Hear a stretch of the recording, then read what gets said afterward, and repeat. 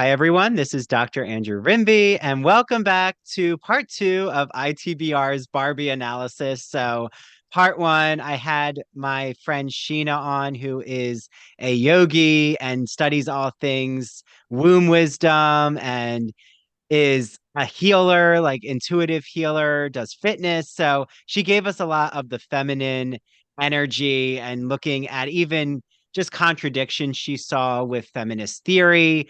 We looked a lot into the gender relations, but like I was teasing, I am now joined with a friend of mine, a mentor of mine too, especially with my writing, Dr. Ramzi Fawaz, all things queer theory, in my opinion. Hi, Ramzi.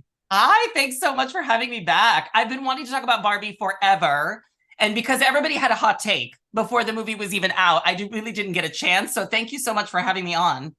Yeah, so Ramsey was on the ITBR in the spring. So you have to listen to it's like an unapologetic queer theorist Yeah, feminist. I forget what exact the we had so exact much title. fun. So it was just really great and we got into the messiness of queer theory, feminist theory, and I was even teasing in part 1 with Sheena Ramsey that queer theorists and feminist theorists never agree on one specific strain of theory, and that's Of what makes it course. fun are the debates. So I think what I hadn't discussed was sexuality in Barbie. And I think what I wanted to ask you right away as a stepping stone Yeah, question is identity is never really, when I was rewatching the film, yeah, identity is not really ever discussed. Like there is yeah, never you're gay or you're straight, totally. like, or you're a person of color. It's kind of just identity is there. And Yes. yeah, so it seems like Greta Gerwig and the whole team is giving us this, is it okay just to have diversity represented without the diversity of the person categorized? Yeah. So, it seems like you have a lot of ideas No, about this this. is a great starting point. I mean, one thing I will say, which is gonna, in a funny way, gonna short circuit the move towards sexuality, is I don't think this movie is about sexuality at all. I think Mm. it is fundamentally about gender. I think part of what's so brilliant, and I'm going to say that a lot today. I mean, I rewatched it. I thought it was incredible the first time I saw it. I think it's better the second time I saw it. Part of what's amazing, and we'll unpack this today, is that I think that the movie works against a lot of contemporary orthodoxies of like left social justice language and the way we talk about identity. It is very kind of like bored, like you said, with identity. It's not really interested in identitarianism, in the question of like what your category is. It's also weirdly like not intersectional. And what I mean by that is like it's saying gender needs to be dealt with before we deal with sexuality. Like, I think it's very telling that the movie ends with her jokingly going to her gynecologist because part of it is it's saying, like, oh, like, like before we even get to the idea of having sexual organs and having desire, which like she doesn't desire Ken, right? She like desires just being herself. And so there is a kind of like an inward turning focus. It's like a really deeply woman identified movie that's about her own relationship to herself and her friends, that is not about eroticism. It's like about social attachment. So the movie kind of separates sexuality out from gender and it says, look, like we need to deal with gender sometimes as its own problem in the world. And so if there is any identity in the movie, it's man and woman, right? Like that's really like the movie in this moment that we're living in that is so about like gender's transitivity, it's like non-binary experience, all of this. The movie dares to say, actually, enough people in the world still self-identify as men and women, even if those categories are socially constructed, that like we have to reckon with the existence of men and women and their relationship to each other. Like that, I think, is an amazing aspect of the movie. And that's really where the identity politics of the movies are, is in the relationship between men and women and themselves. Yeah, when it makes sense that Sheena, as a now training doula, she really Mm-hmm. saw the whole gynecology moment as, oh, this really is within like the womb, like of the female body is what really is being highlighted of women. Yeah, We talked about it as a self-liberation movie. Like this really yeah, is giving us your own individuality. Like you said, rewatching Ramsey, I still can't believe they're really, or I can believe it, but it's such a political point of the movie is Yeah. that there is no sex scene. Like there is no actual No, romance. no. Romance is actually gone. Because the movie is about representation, not about embodiment. The Mm, movie is about the problem of what Barbie represents, right? That extraordinary moment that everyone talks about when America Ferrera gives her speech about the deep contradictions of what it means to be a woman. The genius of that moment is that on the one hand, the speech is just a series of cliches. Like mm. we've all heard those things before, that women are trapped between, being chaste and being sexually available, between being successful but not too successful. We've heard all of that, right? This is classic liberal feminism. But part of what she says is she looks at stereotypical Barbie and she says to her, and if all of this is true for a representation, Mm. then like, what does it mean for a real woman? And her answer is, I don't know. Like, it's impossible, is what she says, is to like live in that position. And I think part of what's so amazing about that moment is the movie is acknowledging the limits of its own politics. It's saying representations can only do so much. This moment that we live in which we're demanding representations to do everything, Mm. right? Like a doll or a movie or a TV show needs to represent the entire complexity of every single kind of human being. And the movie is like, how can one doll, like one version of the doll, stereotypical Barbie, carry the weight of all our representational demands? And the movie is saying it cannot. So I think it ends with like, you know what happens after representation? You get back to real bodies. And when you get back into bodies, the shit gets fucking crazy, right? Then everything gets even multiplied because then you have a body and you have desire and eroticism. And part of what the movie is saying is like, we got to deal with representation first and its limits. Then we will move to the problem of what it means to be a person. And I love that the movie is basically saying like, I can't do everything in 2 hours. Well, and I think we have to talk about just Mattel's brand because that's something Mm-hmm. that I'm not hearing a lot when we talk about the movie. And I'm like, Yeah, I need to bring this up on air. totally. Is of course, this might be the contrarian of me, but or the Virgo in me. This is also a rebranding of Mattel, who have been 1000%. sinking. They're sinking Yes. as a company, and they're thinking, "Oh my God, what do we do with Barbie as an image? Because this isn't resonating with the young Yeah, generation." And this isn't just spur of the moment. Barbie comes out as a movie. This is after the pandemic. We really need like a new line of toys. We need to think absolutely. about it. So, do you think that you're talking about America Ferrera's monologue? And I think what's so interesting is so many erupted in cheers in the audience, but I'm also thinking how many of them bought into the liberal idea of feminism. Like, oh, wow, what she just said, I've never heard before. Like, right, Yeah, there's also people in that audience where that's the first time they've been exposed to totally. what we call mainstream liberal feminism. Yeah.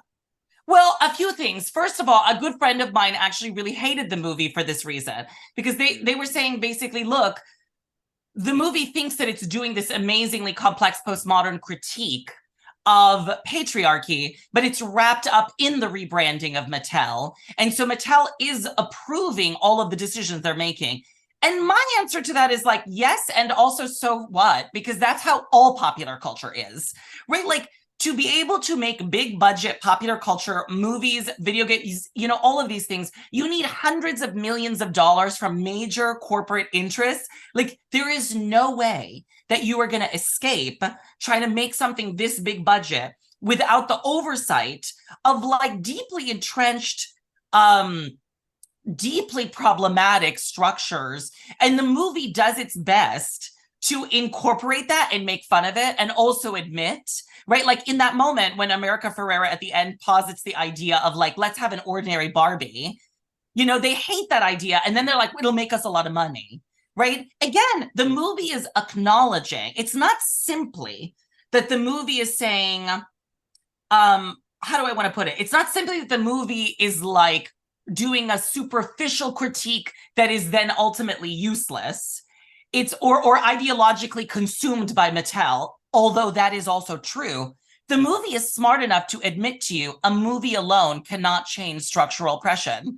Like Greta Gerwig knows she's like making Barbie fictionally real, like Pinocchio, like allowing someone like American Ferrera's character Gloria to posit the idea of ordinary Barbie does not end patriarchy. That's the lesson of the movie, right? The movie is like patriarchy will not be ended by a representation. It will be ended by people collectively working together to change the conditions of their existence.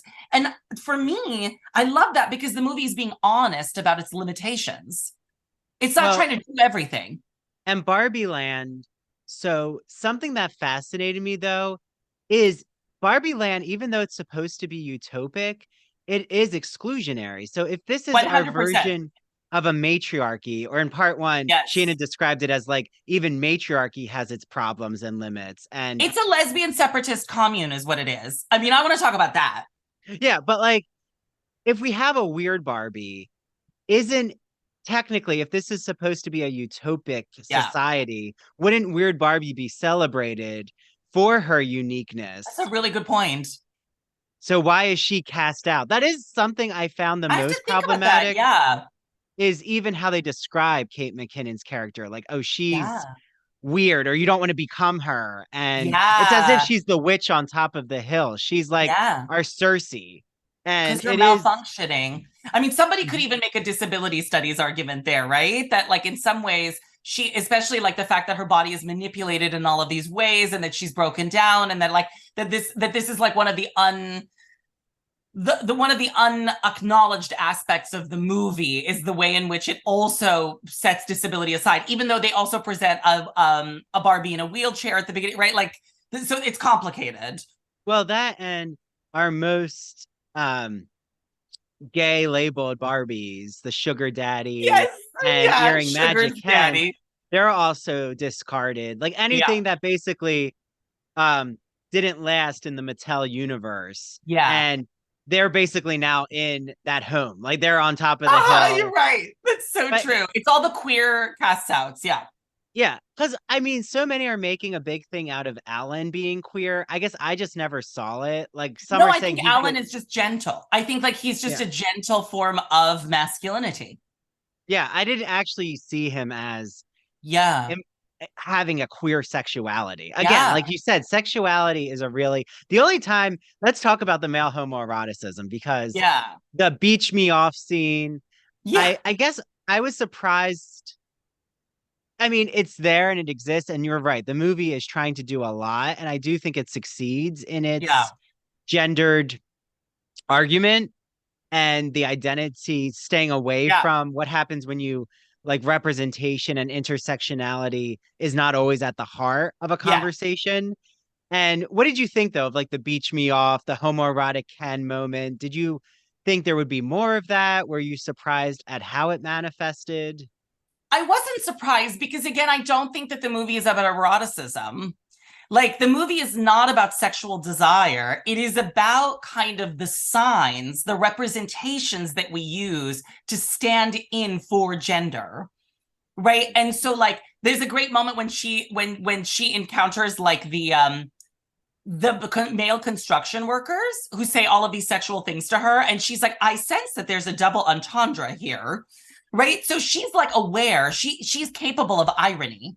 And she's aware of what's going on. She's not completely naive to the world, but she is sort of naive to desire because she's not literally embodied, like in the way that we are in the real world, quote unquote. So I think that scene is particularly funny, right? Because it's a group of people who don't know what sex and desire is, who are speaking using the signs of masculinity.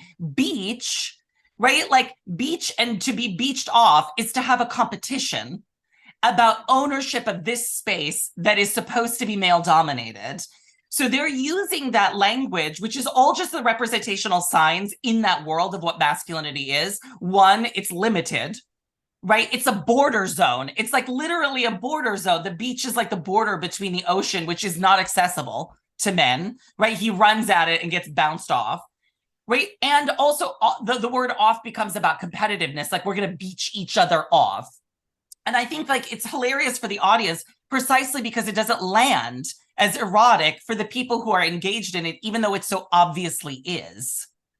Like, Well, and the Barbie doll, we have to remember, does not have specified genitalia. Like exactly. the Ken does not have a penis. Like Yes. they're again, I think they're being very intentional at Yeah. using the doll, like you said, as a representation of Yes. what would it be like from this body of a doll, Yes. their perspective and their Yeah. view. So But yeah, can go I ahead. say, I want to go back a little bit because I want to say something about the exclusionary nature of the utopia, right? Like, Mhm.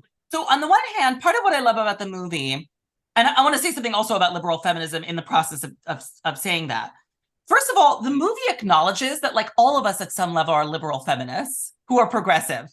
It is so easy for us to dismiss liberal feminism as a kind of flat-footed form of feminism that is only interested in kind of parity with men, with institutional reform. And I'm very critical of that critique because all of us believe that. Like, all of us who are progressive fundamentally believe that women should be paid as much as anybody else, right? That people should have equal access to institutional resources. And so for us to poo-poo liberal feminist ideas is kind of absurd, because to claim, for instance, that people should get equal pay is a radical revolutionary concept. And to simply call that like liberal pandering, whatever, is ridiculous. So, number one, I love that the movie acknowledges, like, at some level, all of us who believe in gendered equality and and freedom from the constraints of gender for everyone of any gender, right? That we're all liberal feminist at some level. It's just like we do it in different ways. So there's number one. Number two, the film sidesteps completely the traditional liberal feminist critique, or I should say, sorry, the radical feminist critique of Barbie, which says it projects impossible beauty standards. It makes girls feel terrible about themselves. It's a representation of whiteness. The movie says, actually, the real problem with Barbie is not that she represents one ideal, because look, she's about multiplicity. There's an endless series of versions of her. Like, she's not about one identity, she's about a million. Like, that's why she has no end. So the movie begins with, like, actually, the genius of Barbie is that she is all about the multiplication of possibilities. Everyone of every body, of every kind of skin color, of every, gender and sexual orientation can imagine themselves as her. The movie says the problem is that the utopian fantasy of Barbie Land presents a level of freedom for women that is so dissonant with what the real world is like that it seems impossible to achieve. Right? What does America Ferrera says? She said, like, well, when I couldn't be you, I imagined you as me. Mm. Right? I changed you to be more like me. So the big struggle of Barbie Land is that it is a separatist utopia. It's saying certain versions of radical feminism can only imagine a better world only for women. And that is a problem because the movie says in the real world, men and women live together and they have to figure out a way to commune across their differences. Is the utopian fantasy useful? Absolutely. Does it have a limit? Yes. So you see all those exclusions, like Weird Barbie, the so-called gay Barbies, partly because it's a movie that is really, because Barbie World is really just about women. Like, generally speaking, like traditional women, not one stereotypical woman, but lots of different kinds of stereotypical women. And so I think the movie then says what we actually need to be doing is contending with the relationships between men and women. Like, that's something we have to deal with. And that goes against a major orthodoxy of contemporary popular feminism, right? Which continues to imagine that men and women are in a perpetual war, like into infinity over sexual politics. And the movie says, like, we might actually have to resolve some of these issues if we're going to move forward together. Well, I can only imagine the 1960s and 70s feminists' reaction to a movie like this. Like I try to imagine how would Betty Friedan have responded, Oh, or fascinating. like is it Shulamith Firestone Oh, yeah. Yeah. Like, or those who were really involved with the sex wars, Yeah, like that we're now here in our 2023 perspective.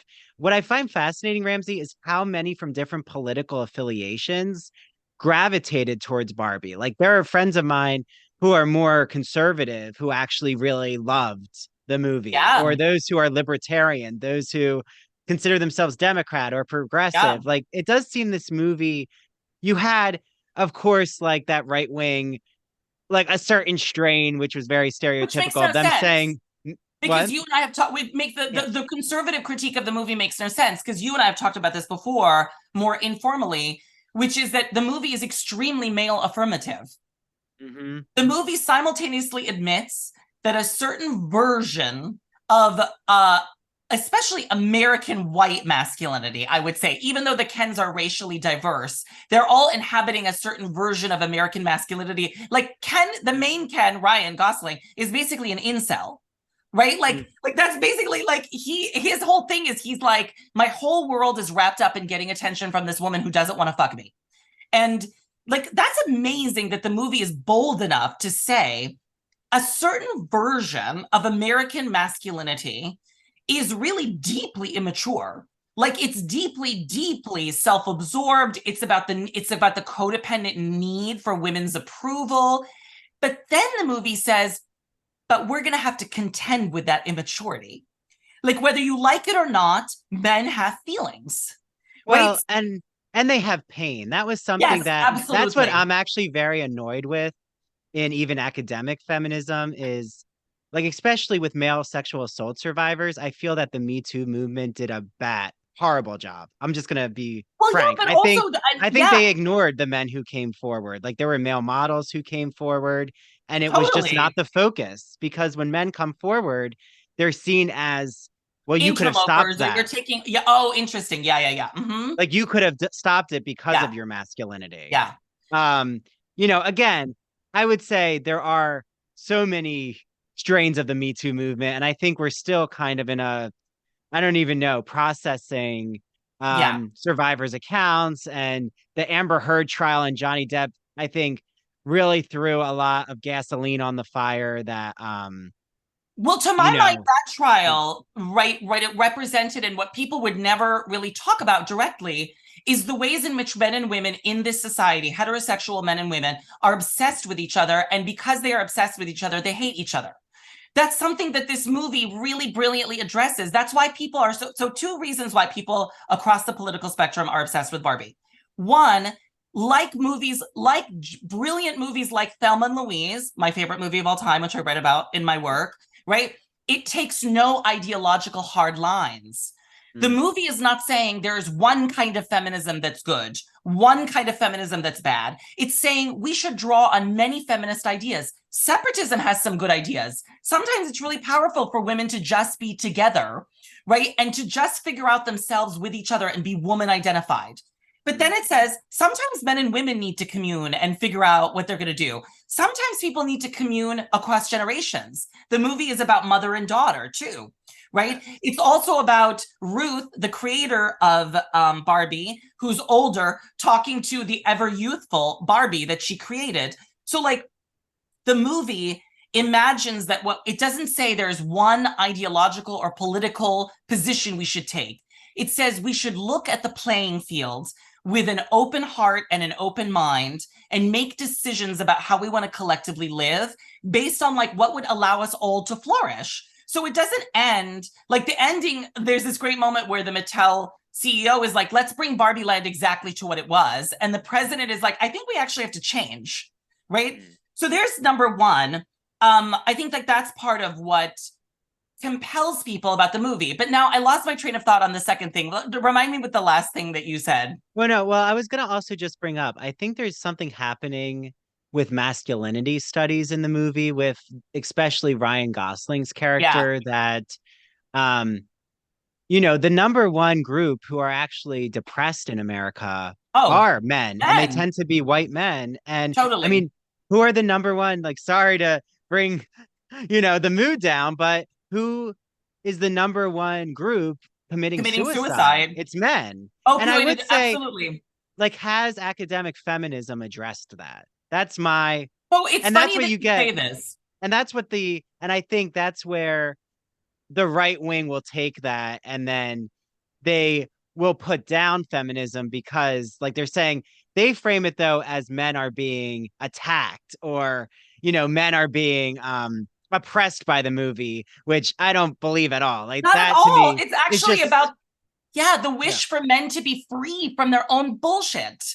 Like, Hmm. that's really what she's giving him permission to do at the end. She's like, what if you had a self-definition that was not about your desire for me? Right? Mm. I mean, so actually, now I remember, now that you mentioned that, right? So the first reason I mentioned why I think people love Barbie is because it doesn't take an ideological hard line. It's open-minded about what feminist politics could look like. I think the second is that it really does drill down, as you were saying, into the feelings of men as legitimate, problematic. It doesn't say that they're all great, right? There's a certain kind of immaturity about maleness, but it doesn't mean that it's illegitimate. It's something that needs to be like addressed. And then it says, like, what we really need to contend with is the codependent relationship that men and women have to women, right? There's a great moment when Gloria's daughter says, oh, let's get real. Men hate women and women hate women, right? And what the movie is referencing there without ever saying it is the classic argument by the feminist psychoanalytic theorist Dorothy Dinnerstein in her book, The Mermaid and the Minotaur, this revolutionary book from the 70s that nobody reads now, but is so brilliant. She basically is like, look, the feminist movement is so important to American politics. It's necessary, but it has missed a major thing about what it means to be human. It's so committed to critiquing patriarchy as a structural logic. It has never really addressed where the hatred of women comes from before the institution of patriarchy. Like, it assumes that patriarchy is the source of that hatred.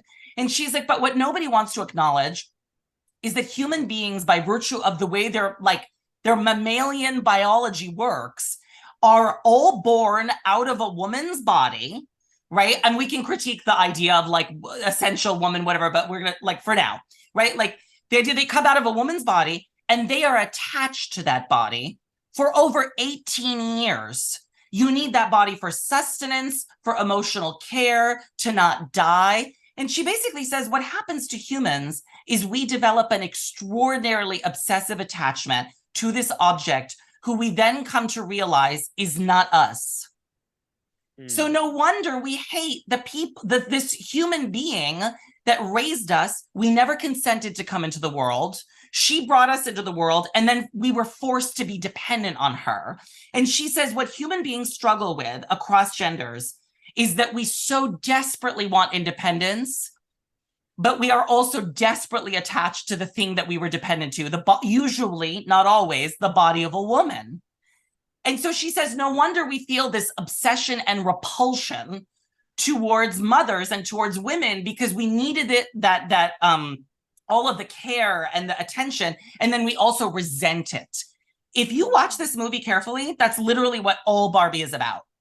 He is obsessed with Barbie, but he resents his obsession with her. And he's like, why don't you reciprocate? Because I feel so much for you. And part of what Dinnerstein says is, she's like, if all human beings, regardless of gender, took care of children, children would not be able to place women as the scapegoat for the human fucking condition. And that is what's amazing at the end of the movie, that if it begins with a rejection of reproduction, the girls give up these dolls that are all about having babies. At the end, Barbie imagines what it means to become real through a series of images about daughters with their mothers, and then daughters growing up and leaving their mothers. Like, the movie is about growing up. It's saying, like, grow the fuck up and stop demanding of anyone, men and women, that women solve your internal existential crisis, which is why she looks at Ken and she's like, girl, like, do you? Like, I think you need to figure out who you are, and I'm going to figure out who I am. And communion can happen after a certain degree of that maturing. Yeah. So do you feel that this movie helps move the needle, Ramsey, of understanding that, like, traditional feminist idea about women not women having to choose a pathway, like thinking that they can have it all, but that's literally impossible. Like I'm even thinking now of Andrea Dworkin, Yeah. who had been accused so much of male bashing, which again, I don't think is something she says. It's a boogeyman argument that's used. Yeah, sure. But Also, yeah. yeah, go ahead. Yeah. No, I was like, also, how can you not feel rage at men? Right? I mean, I recently wrote an article about everything you're talking about. I wrote an article in South Atlantic Quarterly called Feminism is for Beginners, Learning from Straight Men Doing Queer Feminism. And that essay is really all about the fundamental struggle that many of us have as feminists, that many of us cannot stand men, and yet we're erotically attached to them and we want to be intimate with them, right? Like I want to fuck men and I want to date them, and yet they also infuriate me. How can you not legitimately feel fury at the object that has made you feel less than, especially when you desire it? And yet desiring it is deep, and hating it also at the same time is deeply painful. You know, that's a deep contradiction. What does Barbie say about being a human? It's messy, right? Like the movie is always saying like, oh yeah, we often feel deeply ambivalent about the objects of our desire. So like both things are true. One can feel deep rage at men and also desire men and also not want to feel rageful at men, you know, and have these beautiful moments when actually you encounter men who are loving and kind and present. And then you're like, oh, okay. There are also moments when you realize you're annoying, right? And you're awful to be around. Like all of it is true. Like we can live in a world where we can hold all of these truths at the same time. And so I think like that's so interesting that you're accused of male bashing, right? Because like, of course we're going to feel as people who desire men but are critical of toxic forms of masculinity that we're at odds with this object. And that's what Andrea Dworkin was, right? Like Dworkin was somebody who was deeply conflicted about what maleness meant and what erotic desire for maleness meant for women who are so under the boot heel of patriarchy. Yeah, well, and something that I think I've always had tension with is feminist scholarship that always puts pornography down. Like I don't Sure. attach, because I think pornography is actually pretty empowering, Yeah. especially from a queer context. Yeah. Again, the whole straight form of porn, look to Linda Williams and Sure. others. But I think though, something that this movie though does show us, I believe, is the power of your, again, we said that embodiment is messy here, but it does show you could have a stereotypical blonde, blue-eyed woman like Margot Robbie, but Yeah. she also has these immense philosophical moments that a Totally. woman who owns her sexiness can be intellectual. And I do think for the Yeah. longest time, feminism had a hard time articulating. I mean, Naomi Wolf had the beauty myth, which I think really Sure. brought in you don't have to wear pantsuits to be Yeah. taken seriously, Yeah. And again, like if a woman wants to wear, I'm not saying how you should wear clothing, but I do think we do still in the professional setting. Do you see, do you think women still feel they can wear whatever they want and they're not going to be objectified in the workplace? Well, Like, number one, I would never claim to know what women are yeah, thinking collectively. But number two, I mean, everybody that I work with, my colleagues and I are very, very close across gender, race, everything. We have an amazingly diverse department. We talk all the time about how we appear in front of young people. And I know for a fact from like the things women have told me who are my colleagues, they are always thinking about what they're wearing. They certainly feel, I mean, the people that I work with dress beautifully. I mean, the women that I work with have amazing fashion sense, and they go into the classroom looking the way they want to look, but they are very conscious about how they present. That's absolutely like still on their mind, because we all know that like young people, regardless of how progressive they are, hold deep bias against people. Like if you're gay, if you're a person of color, if you're all of these things, like there are so many perceptions that students project on you, and you think very critically about how you present. So that's certainly true. But to go back to your question, has this moved the needle?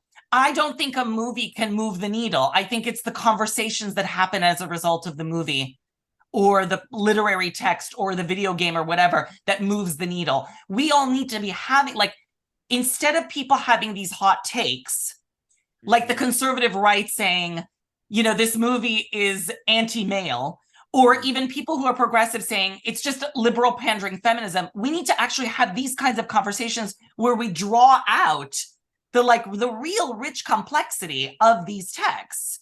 Because again, I've said this a few times throughout this conversation. For me, I left that movie really thinking, wow, the film is demanding that men and women deal with the negative energy between them. Like, right? Like when we see Johnny Depp and Amber Heard, that should disturb us so deeply. We should not be on one side or the other unequivocally. We should be sitting there being like, why is it that in the realm of intimate companionship, men and women are so at odds? Like in a realm that is supposed to be about intimacy and connection and building a life together, why are men and women intent on obliterating one another? Men have more of the power and resources to obliterate women in a way that is completely unequal. But that violence is happening on both sides, right? Mm-hmm. Like women also abuse men. There's a huge amount of emotional abuse that happens of men from women. Like I talk to my friends who are therapists and I hear about it all the time. Like the fact that we are all basically little babies, desperate to be loved, deeply insecure, and we're basically seeking out in each other like validation, love, commitment. And when we don't get it, we want to destroy people. Like it does not benefit the society for men and women to constantly be obsessed with each other and wanting to destroy each other at the same time. That radiates think about how much the Depp Heard publicity machine radiated so much emotional violence in this society. The fact that people were like, she should be killed. The fact that, right, like there's just, this is untenable, right? And I love that the movie opens up the conversation of like, what is required for men and women to live in greater harmony with one another when they pursue relating. Like that should matter to us. That matters to so many things. Think about the abortion debate. Nobody publicly talks about the fact that men would benefit massively from the access to abortion. Like what the amount of tension that is added to men and women fucking when they have to worry about not being able to access abortion, when they have to worry about child, what is it called? Like alimony, blah, blah, blah, blah, blah. Men and women would relate better and easier and have a better sex life if abortion was available. You know, these basic, ordinary, everyday interpersonal realities about how we can live less depressively, less suicidally, less, you know, mutual annihilation. The movie is about that. That's what I love. Like, that's what the movie is about. Yeah. Well, and I think we have to, like, nearing the end of this conversation, I'm just now thinking of how obsessed I am with the Girls Next Door podcast with Holly and Bridget. And like they had been, I feel, there was a time where I just remember Paris Hilton, like those who said they were feminists would really ridicule these women. I mean, like they weren't seen as intellectually complex. Yeah. So I think it is interesting. We're now at a moment where these women are actually taking their voice back and saying, hey, you thought you knew me. I actually fooled you with my marketing machine. And that moment with Ken, even when he like thinks patriarchy is being a cowboy and wearing Rocky Balboa's jacket, that the women then are dressed like Playboy bunnies in a way with like the maid outfits. But it's this very, you know, just stereotypical level of what a patriarchy looks like. And it's almost as if Ken is now Hugh Hefner. And I think like we're getting this Playboy Mansion imagery. But I think the movie, like you're saying, Ramzi, we're now at a moment where we can take a pause and like actually listen to the women's stories, like listen to their agency. And, you know, I mean, something that I wanted to ask you about is the court of public opinion seems to be really in focus right now, even like us seeing what's happening with Britney Spears, which is very sad. Like it's very tragic what's going on. And, you know, so many were screaming free Britney. And I think that was a beautiful moment, but also is this now saying, wait, take a breath and like assess the situation before we all start to demand something that might be harmful? Judge anything without proper information, right? Mm-hmm. How can we make a final judgment? Or why are we not open to changing our mind, right? Like part of what Barbie does is it's all about the ability to change your mind. There's that great moment when Barbie is like, but I don't want anything to change. And Gloria's like, life is change. Everything is change. The willingness to change, like there's that great moment where like, of course, we want to hate all the Kens for turning on Barbie Land. But there's that moment where she's like, well, I can understand how like maybe it didn't need to always be girls' night, right? Like the movie really simplifies complex ideas in order to give us a sense of like, oh, you can actually, the complexity of the world is not that hard to grasp, actually. Like you can open your mind out to it. And I do think, yeah, like the idea that like there's a very, very quick slide from the court of public opinion into like mob rule. Mm-hmm. You know, and we need to realize that like we can be very taken quickly psychologically by a mass collective that is not thinking critically and that is not in disagreement. If you are part of any collective that is trying to create, like collectively voice some thought, and there is no debate among you about the message, then something is wrong. Right? Like something is wrong. When I watch the Johnny Depp Amber Heard thing, it is amazing to me how the supporters of Johnny Depp speak with a single voice about their obsession with him. I don't even get it. I mean, I think he looks like scary to me at this point. I'm like, what is so appealing about him? I used to love him when I was younger, like as an actor. But there's no internal debate. None of them are like, maybe she has a point. Right? Like if you are speaking in a singular mass, you're fucked. Like something has to be rethought. And this is where movies like Barbie, like Thelma and Louise are so necessary, because the point is not whether they're feminist or not. They're not because they fail to live up to the politics of feminism, but because they don't hold to a single ideological message. They are partly feminist and partly something else. The brilliance of them is they speak back to feminist politics and say, hey, you got some things right, but some things you might be fucking up. Right? And a movie like this, I think, then gives us a new lens, an angle. Like even if you're watching The Godfather thinking, wait, what is going on with patriarchal relations here? Like, maybe they're fantasizing about how they're living their mafioso life. Like why are men connecting to this? Like it is, again, I think so many times when it's a film that's focused on a group of women, the question becomes, is it feminist enough? Well, why aren't we asking that about male exclusive movies? Absolutely. I mean, is it patriarchal enough? I mean, I don't. It is. It's also like feminist by what standard, right? There's 1,000 different kinds of feminism. Like feminism is such a multifarious, complex, multidimensional project. It is not only about the critique of beauty standards. It's not only about women, right? Like it's not only anything. It is at the end of the day, a world-making project to radically transform our collective relationship to the category of gender. It is about freedom from those categories and their limits. That is an unbelievably expansive project that can look like a million different things. Part of what makes Barbie so successful is that it's always positing certain kinds of simplistic representations of gender that are always somewhat wrong and somewhat right. Stereotypical Barbie is beautiful by certain beauty standards. She is blonde. She is whatever. She also thinks about death. Yes. She's also a Nietzsche philosopher. Exactly. She's also brilliant. You know, like the superficial, not superficial, the cliche representation of patriarchy and masculinity, horses and, you know, and like the mini fridge or whatever. Yeah. All of that at sub level, it's a stereotype, right? Tons of men don't fit that. Alan doesn't fit that. That's why he's in the movie. And yet enough people do that we recognize it. We're like, oh, I know what that is. The dissonance between the stereotype and real life is the space for critique. The movie is saying nobody is ever one thing. Even Ken fucking hates the mini fridge.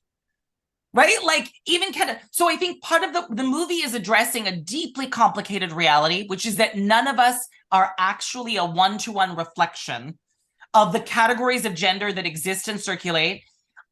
But also those stereotypes sometimes have their meaning.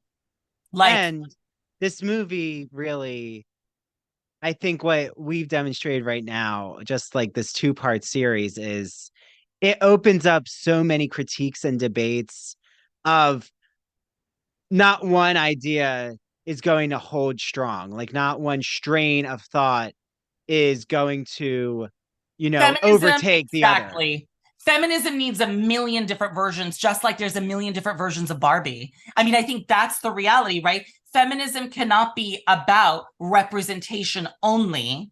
It has to be multiplicious politically in its imagination. It has to be many different projects all at once, and one movie ain't gonna cut it. And the movie knows that about itself. And I think that's a good Yeah, place to end, Ramsey. This is beautiful. wonderful. And how can everyone follow you out there on Okay, social people media? can, I'm a nerd from the future on Instagram. My website is ramzifawaz.com. I have all of my published work up there, except for my books, which people can get on Amazon, or actually, I much more recommend like independent booksellers like bookshop.org and Skylight Books. And my Twitter handle is New Mutant Rams. That's the last part of it is RAMZ. Yeah. Awesome. Okay. Well, Ramsey, as always, I love our conversations. Me And too. yeah, can't wait to have you back. I think I'll have you on when I do one of my Queer as Folk I love recaps that. so I That can sounds awesome. This was see so what you great. think of all of that from the early 2000s Yeah, and what totally. happens when we look at it now with our I eyes. can't wait. Yeah. Thanks, Ramsey, and Have bye a to beautiful everyone day. out We'll talk there. soon. Thank you. Bye. Okay. Bye, Ramsey.